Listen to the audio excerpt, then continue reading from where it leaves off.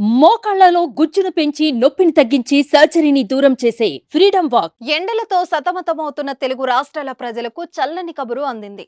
నైరుతి రుతుపవనాలు ఏపీని తాకాయి. మరో 2-3 రోజుల్లో తెలంగాణకు రానున్నాయి. మొదటగా రాయలసీమకు వచ్చిన నైరుతి రుతుపవనాలు తర్వాత కోనసీమ జిల్లాను చేరుకుంటున్నాయి. నైరుతి ఎఫెక్ట్ తో ఆదివారం సాయంత్రం నుంచి వర్షాలు రాష్ట్రంలో వానలు మొదలయ్యాయి. పలు ప్రాంతాల్లో భారీగా వర్షం కురుస్తోంది.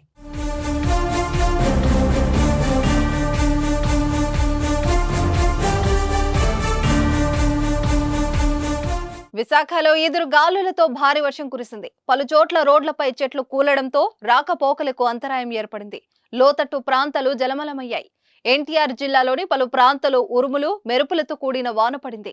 అనంతపురంలో భారీ వాన పడడంతో పలు చోట్ల విద్యుత్ సరఫరాకు అంతరాయం ఏర్పడింది. కర్నూలు జిల్లాలోని మంత్రాలయం, కోడుమూరులో ఉరుములు మెరుపులతో కూడిన వర్షం పడింది. చిత్తూరు, నెల్లూరు జిల్లాకు రుతుపవనాలు విస్తరించడంతో వర్షాలు కురుస్తున్నాయి.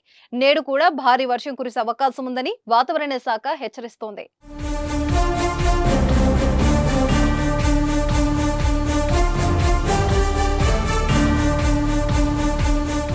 మరోవైపు తెలంగాణలోనూ వానలు పడుతున్నాయి. ఆదివారం రాత్రి హైదరాబాద్ లో వర్షం దంచుకొట్టింది. అలాగే జిల్లాలో కూడా మోస్తరు వర్షం పడుతుంది. సిద్దిపేట జిల్లా హుస్నాబాద్ నియోజకవర్గ వ్యాప్తంగా ఈదురు గాలులతో కూడిన భారీ వర్షం కురిసింది.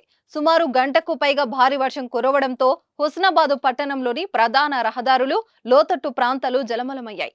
ఇక మంచిర్యాల జిల్లా చెన్నూరు పట్టణంలో భారీ వర్షం కురిసింది. ఉమ్మడి కరీంనగర్, వరంగల్ జిల్లాలోని పలు ప్రాంతాల్లో వర్షాలు పడ్డాయి. గత ఏడాది నైరుతి రుతుపవనాలు లేటుగా రావడంతో వర్షపాతం తక్కువగా నమోదైంది. వానలు లేక రైతులు తీవ్ర ఇబ్బందులు పడ్డారు.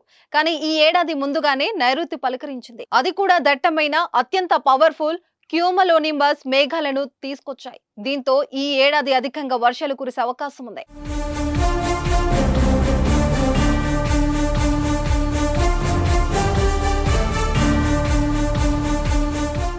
సుమన్ టీవీలో మీ పర్సనల్ అండ్ బిజినెస్ ప్రమోషన్స్ కోసం కింది నెంబర్కి కాంటాక్ట్ చేయండి.